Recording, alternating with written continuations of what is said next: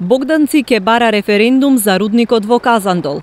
Комплексот кој што веќе се гради опфаќа и дел од територијата на оваа општина, зашто жителите на Богданци сакаат да се изјаснат на референдум дали се за или против негово отворање. Пред една недела тие ги поддржаа своите соседи од Валандово на заеднички собир, каде што беа упатени пораки дека не треба тешка индустрија во земјоделски крај познат по своето органско производство. Значи не сум запознаен ништо, само мене ме интересира. Значи ме интересира каде беше градоначалникот до сега да каже дали воа народ сака, значи воа народ дали сака да има рудник или нема да има. Нема потреба.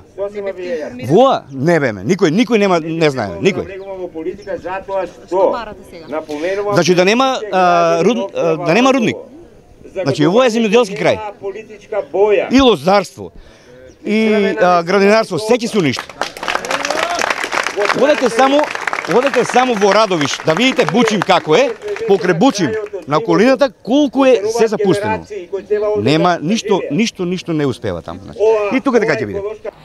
Попладнето во 18 часот е закажан граѓанскиот собир во градскиот парк, а 1 час подоцна ќе започне седницата на Советот на која што советниците ќе дебатираат за прашањето дали Богданци ќе организира референдум по примерот на Гевгелија.